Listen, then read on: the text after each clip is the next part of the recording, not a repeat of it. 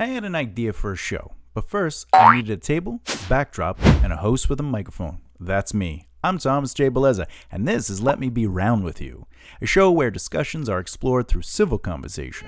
So I found 4 people I like and decided to see where today's topic goes in hopes we can inspire positive dialogue. What's going on? Welcome to an episode of Let Me Be Round With You, a program set in a roundtable environment for open... You know what? Today's show is really about Lord of the Rings versus the Star Wars, how they have affected the culture. I got this whole thing I'm supposed to read and say every show, but I'm so excited to get into it. I'm a huge Star Wars fan and a massive Lord of the Rings fan. I want to know what the people know out there. But just so you know, watching the show, as always, this is a smart, wise, interactive conversation that is meant not to fight who's right, who's wrong, even though Star Wars is better. We don't want to have that argument. No, we want to hear what people's opinions are about their perspective on it. And that's why this show exists, for civil discourse. But of course, today's episode is focused on Lord of the Star Wars. I'm Thomas J. Beleza, and I'll be your moderator for this exchange.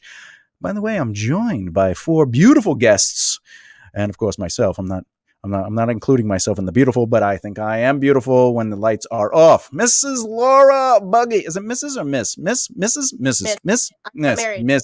You're not married? Oh, man, I missed my chance. Wait a minute. Laura Bugge, tell us a little bit about yourself, my little lovely witch. Hello, I'm so glad to be here with everyone. What can I tell you? My favorite color is blue. I don't have any pants on right now. I have a sweater. And I'm super excited to hear what everybody has to say tonight.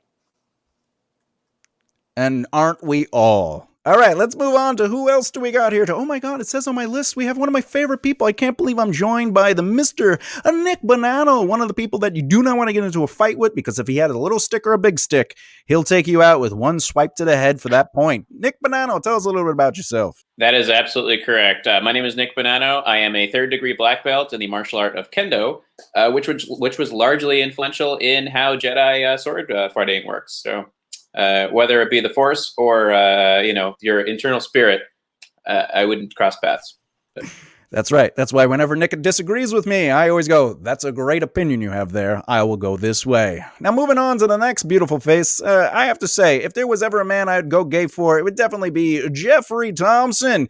Not that I would go gay like sexually. I'm saying gay like he makes me happy, because that's the other terminology for the word. Don't be that kind of person. Mr. Jeffrey Thomas, tell us a little bit about yourself.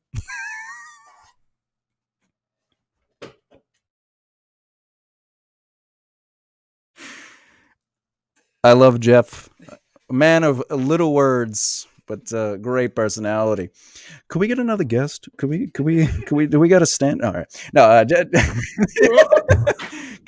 can we get Sandman in here? Can we just get a little? No, I'm just kidding. No, Jeff is the party of the party. Anyway, moving on to the last and final person. Now we have the honor of being gifted with her presence, my old co-host and your co-host, Miss Erica LaRose. Tell us a little bit about it. Hi, guys. So, to touch on everyone's intro, I have something in common with all of you. I don't have pants on either.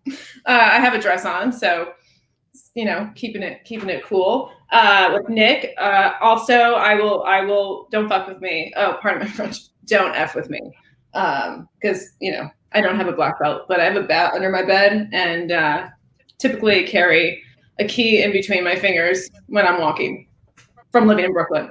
Also, I like sticky notes, like Jeff. I really appreciate knowing those kind of things about you. So what you're saying is I should wear a face mask when approaching you from behind in the dark of Brooklyn streets. I got it. I will get the opportunity to even do that. Yeah. I heard you have eyes in the back of your head. It's a weird thing you were born with, but we don't talk about your Siamese twin. All right. So moving on about this show, before we get started, we got to understand what the position of the show is. Growing up in a world before Star Wars is a place most cannot imagine. not everyone gets a chance to have seen Star Wars for the first time like they did in 1977. A film that, by all accounts, was going to flop before it finished filming. The director gave up a massive paycheck for the merchandising rights just to get this thing filmed. The cast and crew laughed more than they took it seriously. And of course, the studio only allowed George Lucas to film when he was championed by Alan Ladd Jr., who greenlit the project in 1977, a blockbuster by all accounts. And did you know, overall, the brand of Star Wars earned $25 billion. That's insane. Now, on the other side, the verses, Lord of the Rings was written between 1937 and 1949. Believe it or not, though, the first entry into that world was The Hobbit in 1937, a children's book. Now, the brand of J.R.R. Tolkien has established a lifetime of writers who were inspired by the books themselves. The one and only George R.R. Martin, thief of the double R, he has been quoted as saying the structure was very influential on Game of Thrones. If you look at the structure of Lord of the Rings, it all begins in the Shire, and it's very small, and then it gets bigger and bigger and bigger and bigger.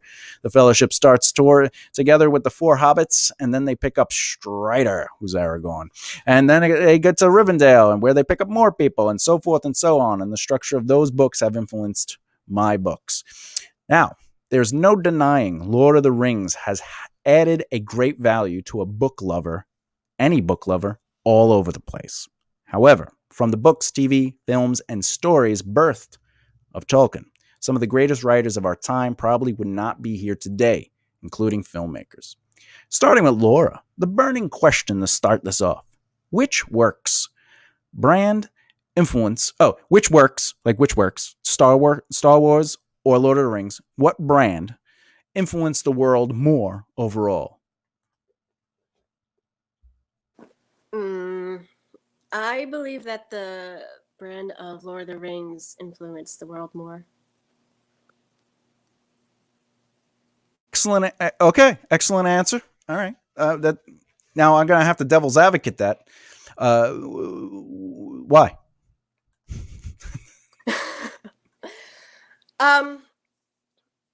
It goes into a lot more of popular mythology of like elves and different common known creations, I guess. And I think that Star Wars is much too fantastical and I think that Lord of the Rings is much more I can't think of the word. Magical? Okay, we'll go with that. All right, excellent. Going on to question 2, and to state your position, you're saying Lord of the Rings is the more popular brand in this situation because of elves and magic, and Star Wars is too big and fantastical, and I'm just to understand your position. If popular is the question. Well, influential. Then yeah, I would still say Lord of the Rings, because it goes into much more of a historical, earthly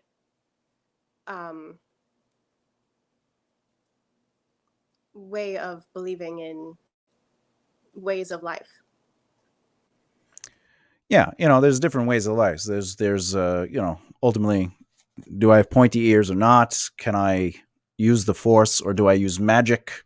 How does magic work? I don't know. I read Lord of the Rings. They don't really explain it. Versus like Jedi, you can train and become something amazing. But in Lord of the Rings, there's like only 5 wizards based on the spirit. Anyway, I don't want to get into it. Not that All right. So moving forward, No.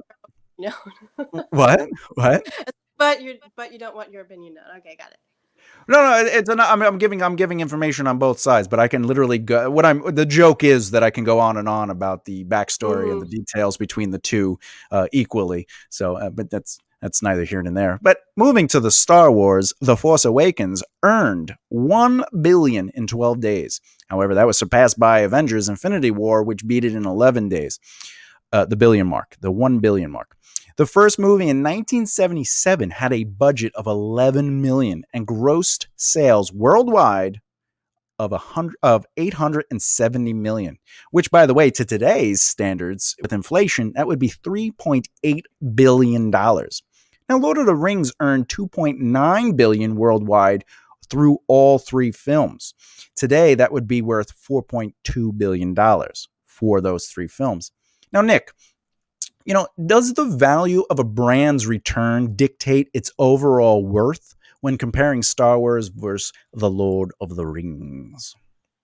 Not at all. No, I don't think that kind of monetary return is in terms of what the brand brings to the world. Not at all. Because as people have shown, or as even more modern moviegoers have shown, it doesn't matter if the movie is good or not for people to turn out. People really had strong feelings about, say, Suicide Squad or Batman v Superman, and they showed up in droves anyway. So in terms of from a I guess just a pure did this make money standpoint, I would say no. Another example of that, for say a movie that I thought did very well as a movie, but didn't get the return that they wanted, would be the recent reboot of Ghostbusters, which I thought should have spawned more films, but because they spent so much money marketing the film, they actually ended up losing money because they spent at least the same amount of money just on the marketing budget that they did for the actual film production itself. So I think those are completely different subjects, and a lot of the times the people who are making those calls aren't necessarily the creatives who are going to be the people to make that influence. So I don't think necessarily that the return is what is important there. So. Thank you. Yes, thank you for that. Yeah, that's the thing. Like, the value of its success isn't because Shawshank Redemption, as a real great example, flopped in the theaters. Then the awards came up, and they won a bunch of awards at the Oscars. Next thing you know, it's literally the number one selling and rented film on. My age is about to be given up. VHS. And at the time, people didn't know about it, and then it became one of these things where everyone was talking about it. Next thing you know, everyone had to watch it, and now it's on everyone's top 10, at least somewhere on their top 10. Shawshank Redemption. So to your credit, yes, I would actually agree with you that the value of what something brings in isn't necessarily the value of its worth or influence. So all right, now moving on. Script. Now this is going to be for Jeff. So Jeff, listen up, because I know you're a script guy. You like writing, and that's what you do. All right. Script, story. The full aspect of the adventure lies between the lines of opportunity. A script, book, story can make or break the soul of a project. The evolution of any film's core motivational pull to see a full narrative come to life, right? So, Jeff, which of these franchises carry with it the stronger stories and overall narratives? So this one's a fun one. So, I mean, if you're just talking about like the core Star Wars trilogy and Lord of the Rings, they're both Campbell's hero's journey. So, you have somebody starting from like the middle of nowhere in a rural area who meets an old wizard person who starts him on a fantastical journey, which brings them all the way back to the beginning in the end. And then there's like a rogue that they can't trust. They meet a whole bunch of diverse people. They fight against some power that seems insurmountable. So they're essentially the same story, and then it just kind of comes down to how the authors or screenwriters find those little things that make those stories unique or memorable. I think for like culturally, the Luke, I am your father, which isn't, as we all know, isn't the actual line that was said, but that has been carried into so many parts of the culture. So I think that part of the story has a lot of cultural significance. But so I think the plot of Star Wars and certain plot points have a lot of strength, like the lines like I love you, I know, those types of things. But with Lord of the Rings, the world was so rich that it just like seeped into so many other aspects of like you can't create a mythological world without accidentally borrowing something from Lord of the Rings. You're like, oh, let me use elves. Let me use magical items. Let me use like dwarves. Let me have like humans that are trying to like have shorter lifespans. World of Warcraft, Dungeons and Dragons, as you mentioned, Game of Thrones. They all borrow and like change it in some slight way. I don't think Star Wars has a lot of things that really borrowed from it. It kind of has existed as its own thing for so long and had its own expanded universe, which is why the brand is worth more. World of Warcraft doesn't pay dividends to the Tolkien estate, so it's a tie. But the stories and the book versus the screenplay for Star Wars, they're great in completely different reasons. Yeah, that's why we're having this debate, this conversation, is because which is better. It's like everything, and you're right. We're going to go to Nick in a second. I just want to make a point.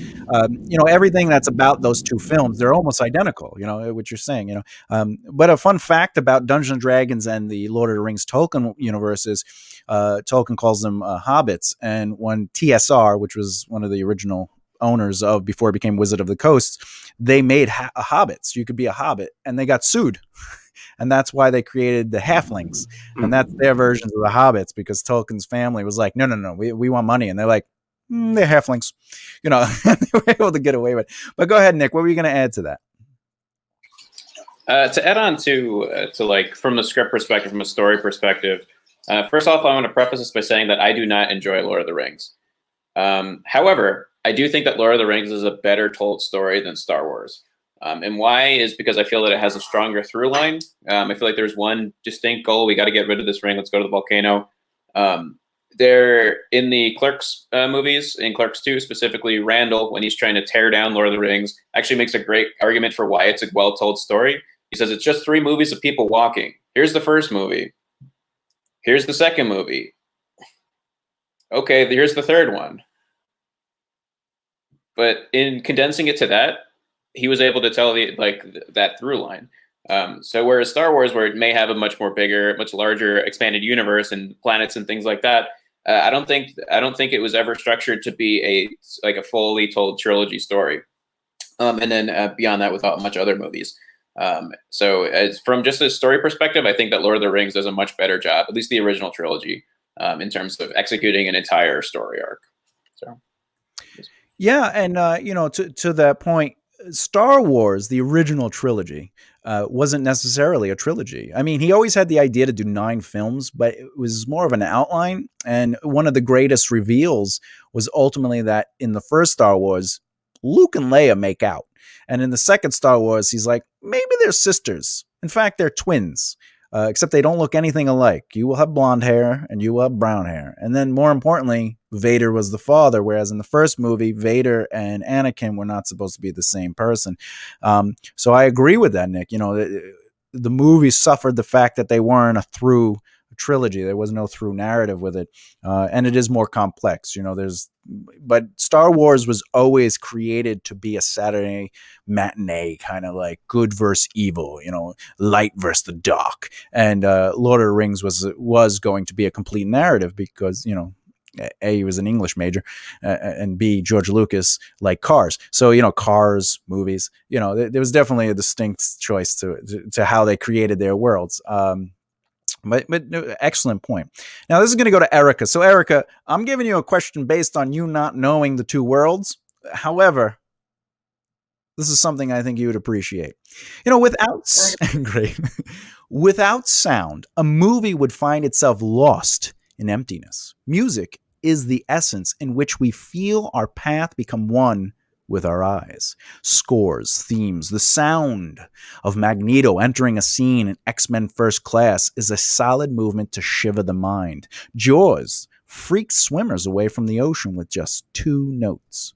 Now, Erica, musically speaking, Which film has the stronger, more iconic melodies, themes, scores, music that we remember through our culture?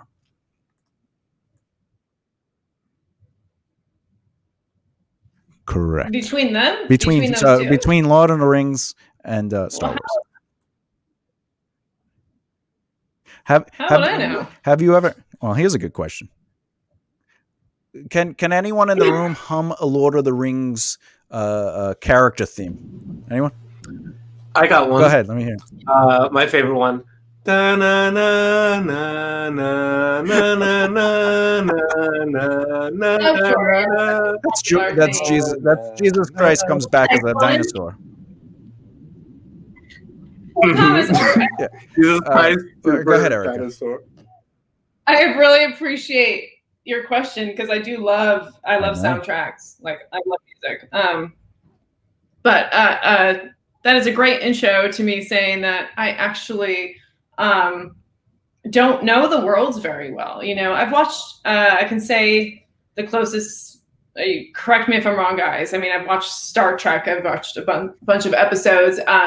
Not because I wanted to, but because it was on the computer. And someone I was dating was watching them all the time, and I enjoyed them like a lot. And you know, I know someone who's on the show who was a magnificent actor, the old Star Trek. But I didn't, and this is not a reason to not get involved in those worlds. I didn't grow up like in a household where that was like talked about. Like that was not a thing. I don't know.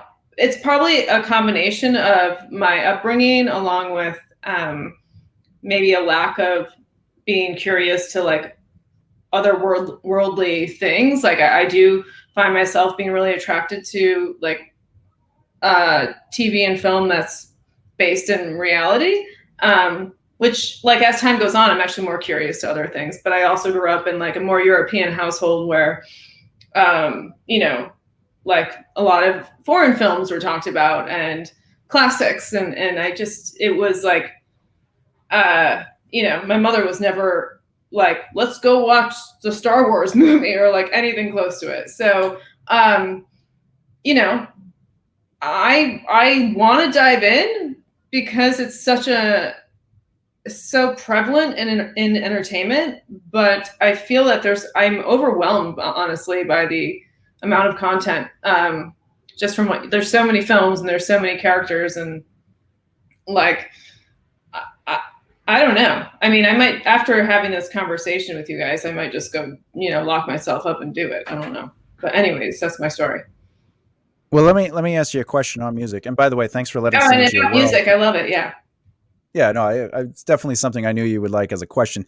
However, I'm gonna play a theme, and then you tell me what franchise you think it's from. Right? Dum dum dum dum ba dum bum ba dum bum bum bum ba ba dum bum ba dum. What was that from? She's frozen. I don't know. Where is she? Oh, she froze. Oh. Oh, did you hear it? Oh, you froze. You froze. I was like, was that his exit for me? Yeah, right. Burn, burn. No. You froze. Everyone's gone now. Did you hear me? Did you hear me? Yeah. What was that from? Is that Star Wars? That is Star Wars. Yay! All right, I'll give you one more. All right. Oh boy, now we're having a quiz. Okay, one more. I'm just. It's in. No, I'm excited. Go. All right, here it goes. Dun, dun, dun, dun, dun, dun, dun, dun, dun, dun, dun. What's that from? That's what is it? Warner Brothers? Yeah, it is Warner Brothers. What is it? Isn't Superman. That like their intro? No, that's Superman. It's Superman. Oh. Yeah. In fact, that theme was created to say Superman. So when you see the word, it sounds like their intro. Like it's Superman's main theme. And it goes dun, dun, dun, right? Superman, right? So anyway, all right, moving on. All right, so this goes to everybody. And by the way, thank you for that, Erica. It's all thanks. thanks for understanding.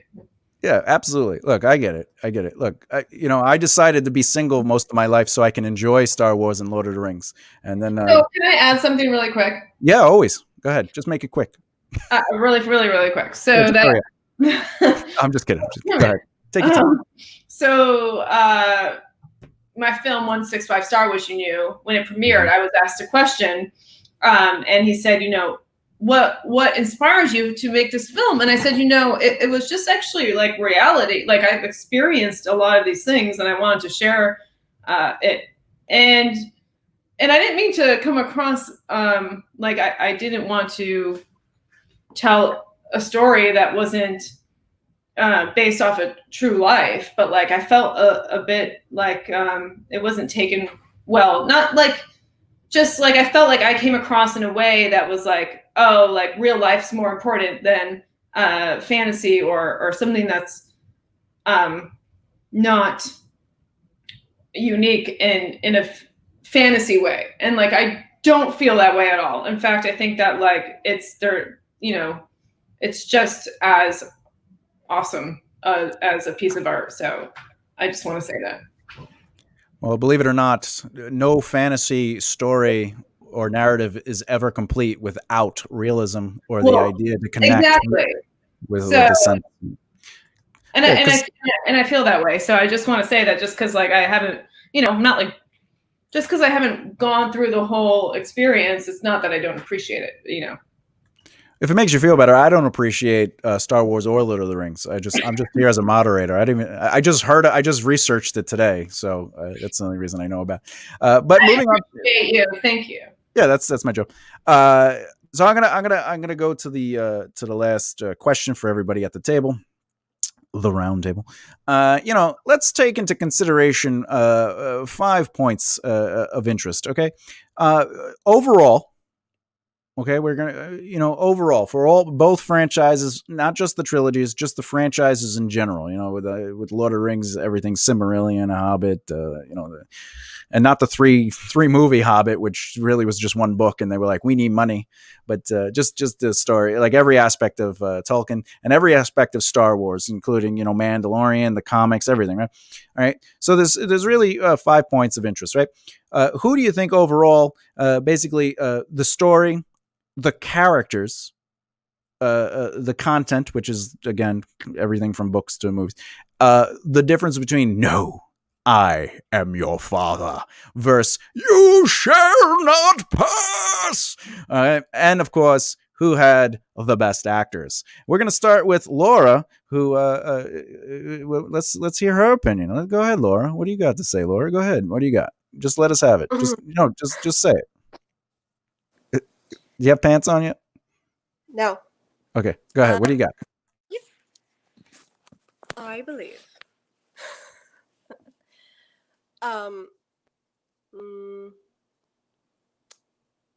Like who had the best actors overall is the last. The question is a mixture of who had the best story, characters, movies, and of course, who had the best actors, and then which one had. I think Jeff mentioned this earlier that "No, I am your father" had more influence over our culture than "You shall not pass." Fly, you fools! I do voices, but none of them are mine.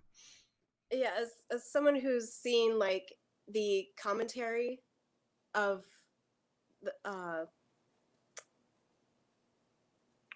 what was the Star Wars movie that came out in 2015? What was the name of that? I believe the movie that came out in 2015 was The Last Jedi. Wait, what was it? Oh, The Force Awakens, which broke records. Yeah, go ahead. Yeah, I saw the commentary on that, and then all of the Lord of the Rings, like the first 3 and then the last 3, like those commentaries, and the difference between what the cast had to say of where they thought or how they thought the movies and the story affected humanity and the people watching and things like that. And I think the bigger catalyst is the Lord of the Rings, really. Only because, like, you have like the nature, the trees are being cut down, things like that to make weapons and everything. So it's a very has a green message behind it, whereas Star Wars, they were just like, we're just gonna have machines shoot at each other and things like that. So my personal opinion is Star Wars has less of a pull on me personally. So I'm leaning way more towards Lord of the Rings because of what they do for, and what their hopeful impact on the Earth. All right, that's a good answer. I mean, the question was more or less who had the best story, characters, movies, and the course of of course, who had the best actors. But I liked your answer. I get it. You're saying that it as a whole had a social impact on Earth, whereas Star Wars was a long, long time ago in a galaxy far, far away. So it had nothing to do with Earth. So I get that. Moving to Erica LaRose, since she says she's the least familiar with the films. Do you have anything you want to say based on what everyone said, and what do you think has the better over? Because you haven't seen the movie, so you can't even answer this question. I'm honestly trying not to listen too much because I kind of want to, like watch it all. That's how I am with my girlfriends. I was like, this is a great excuse to like not listen. Yeah, maybe that's why I'm single. I don't know. No, how's it work? Wait, I'm in a relationship with Nick. How does that transfer to girlfriends? What? You said that's what I say to my girlfriends. Oh, you said I'm trying not to listen. And yeah. I go, yeah, that's what I say to my. That's how I deal with it. Yeah. How do you pretty that up? Well, they'll be like, hey, you didn't clean the bathroom again, and I'm like, what? I'm sorry, I'm not listening. I'm watching Star Wars. I just don't know. I'm just kidding. You guys, I hope that once I watch everything, we can all come together, and I can express myself and hear what you guys have to say. We'll have you on for season 2, and we could discuss people who have not seen these films, but then now have seen the films. What are your thoughts? That's a really good idea, actually. That's what I'm saying. I'm just trying to find ways to get you on the show again, and that sounds like a good one. Let's just make that happen. Let's go to Mr. Nick Bonanno. Same question as everyone else, except this time answer the actual, because we were I took notes. Don't worry. Oh, good. One person couldn't even answer the question. The other one gave a good answer, but I'm trying to. What is go? All right, let's try this. Story. I talked about that a little earlier. I still tip my hat to Lord of the Rings for it having more of a consistent through line and less all over the place. I talked about that earlier, so I won't go into it now. Characters was a little tricky. I was trying to figure out which side of the argument has stronger characters. In this one, I gave it to Star Wars. I think because of the kind of ways that those characters have infiltrated culture, and we're able to follow them not only with the original trilogy but with the expanded universe, with the additional films that have happened, Solo having its own movie, and things like that. We're able to really dig into those characters more.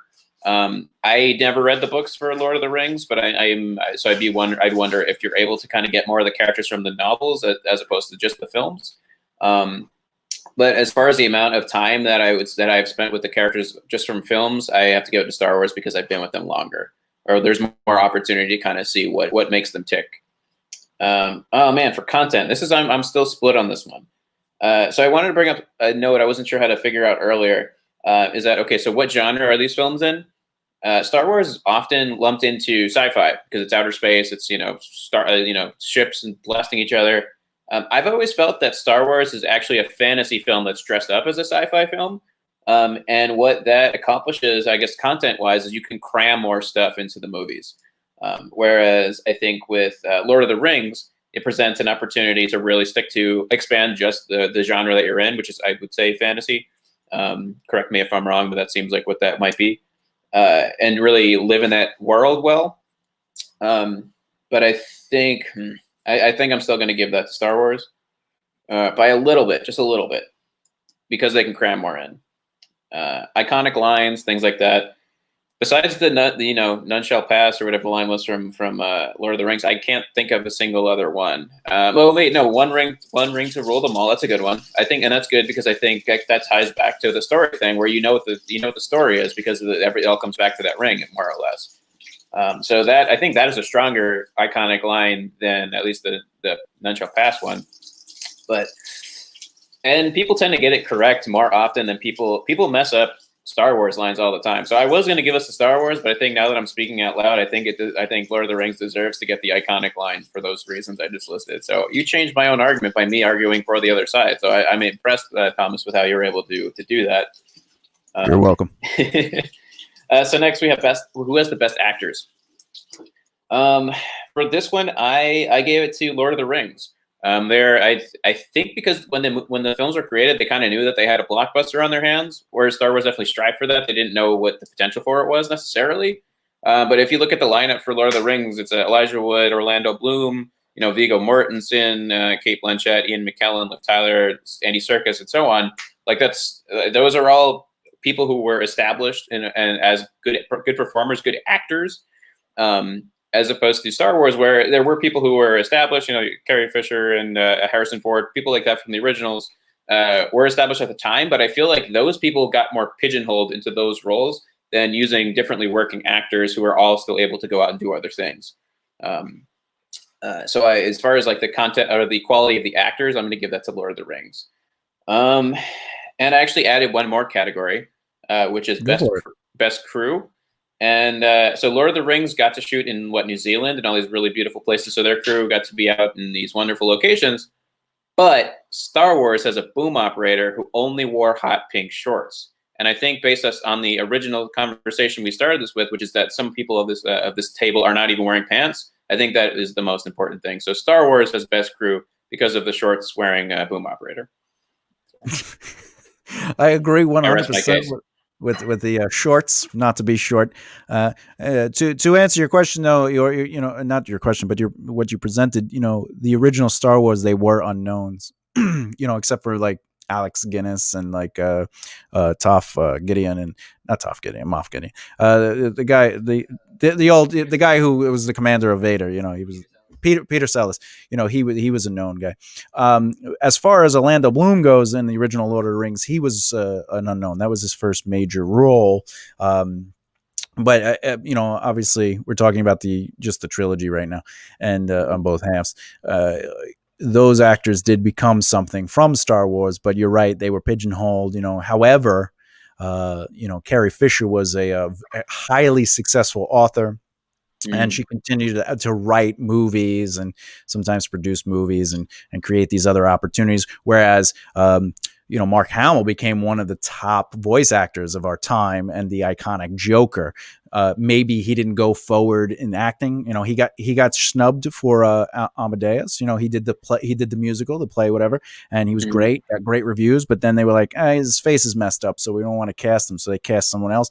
In that case, that really had nothing to do with his acting prowess or anything. That was just I guess my pigeonhole comment, it was more specifically for on-screen roles, like you mentioned there. Yeah. No, I could agree. I mean, except for Harrison Ford went on to really change his world. However, who remembers Boba Fett? The actor. Some of us. I once had a conversation with a teacher, and they told me James Earl Jones was Darth Vader, and I was like, he was one of several people who were Darth Vader. There was a guy who did the fighting. There was a guy who was in the body. There was a guy who was the old man in the last movie. And there was the voice. And that's just in the trilogy. And she's like, no, it's James Earl Jones. And I was like, but he's white when they take his mask off. It was makeup. All right. I'd like to tag one more thing into there too. Go for it. Since we're kind of talking about characters and then back to content. A thing that I think should be noted with content for Lord of the Rings also versus Star Wars is that Lord of the Rings won Best Director for what's his face, whereas George Lucas or in any of the other Star Wars films, I don't believe have ever won for Best Director. And I think what that does is that again reinforces that the content is there's substance to it. It's something that you can grab onto, and it's something that is uniform in a way that allows you to like know where the rules are and how you can dip into it.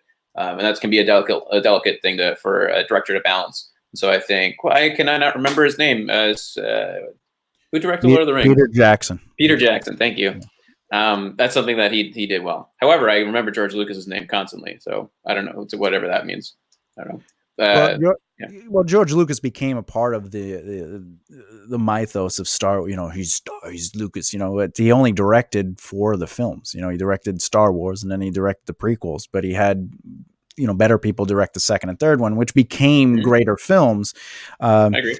But I do agree with you. Like, he didn't win any Oscars for his things. I don't think he's ever won. No, he's won Oscars for writing, I think, for a couple projects. But as far as being a director, however, George Lucas also has the added problem of believing that actors should just say the lines because the words are strong enough, and then and he's literally told people that gave performances to go, no, just walk over here and just say the line, and she's gonna fall in love with you because you don't like sand, it's coarse. And goes up your crack.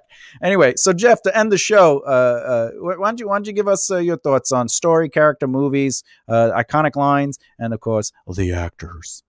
So some more iconic Lord of the Rings lines. My precious, I am no man. You have my axe and my bow and my sword, and then my all-time favorite, I guess we are Lords of the Ring, and then they all laugh. So there are a whole bunch of really iconic lines in Lord of the Rings. I think. Wait. If I may interject, I'm sorry. You forget the most iconic line. There's 2. The first one is, "That only counts as 1." And the second one is, "Don't tell the elf," and then he throws him. All right, go ahead. Totally thought you were going to call me out on that last line, which wasn't actually a line. I think, I could parse it out, but for me, it feels like splitting hairs. In the end, both are delightful for their own reasons. So for Jeff Thompson, it's a tie. This man right here has won the Oscar for funniest guest on Let Me Be Around With You. That's ridiculous. Quick, where's my producer? Give me a tie. All right, excellent. No, look, I want to end the show with lots of love. I really appreciated everyone coming on and giving me some of your energy. And I know this was a fun episode. Usually the episode's a little bit heavier, and my back can't handle all the episodes. That's why I moderate. I don't want to carry the show, so I give the floor to everyone that comes on the show, and then I just kind of give some positions and a little pushback. But I'm madly in love with everybody that decided to give me their time today and to allow me to hear your opinions and thoughts on what is better, Lord of the Rings or Star Wars. You know what's crazy? I'll give my opinion on this. I do not like Star Wars. I'm not a fan of Star Wars. I'm a fan of the mythology of Star Wars. But the only movie I really loved was Empire Strikes Back. And as far as Star Wars content, Mandalorian made me interested in Star Wars again. But again, the books and I love the mythology of that world more than I like Lord of the Rings mythology. However, Lord of the Rings does have a full and complete world. Some would say a little too much. You walk to a tree and then for some reason they have to tell us the history of that. Did you know this tree existed in the bowels of one? And we're like, we don't care. We don't care.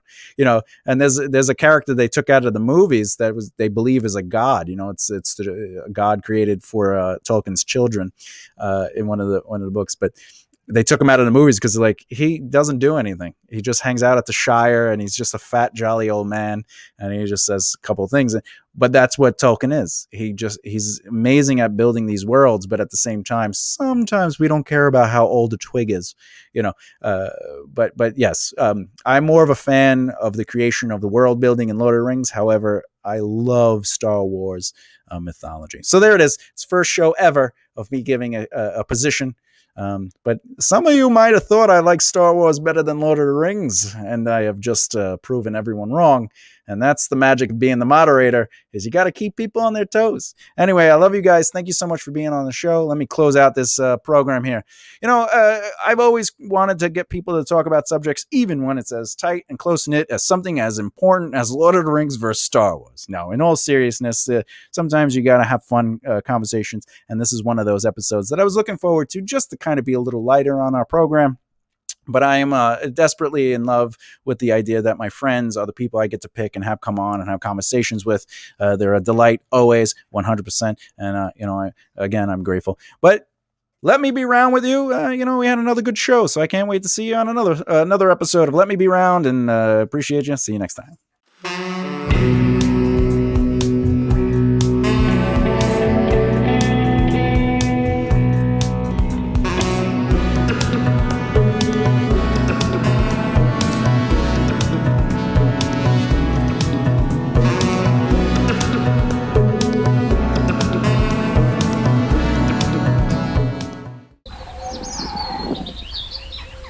Oh dear,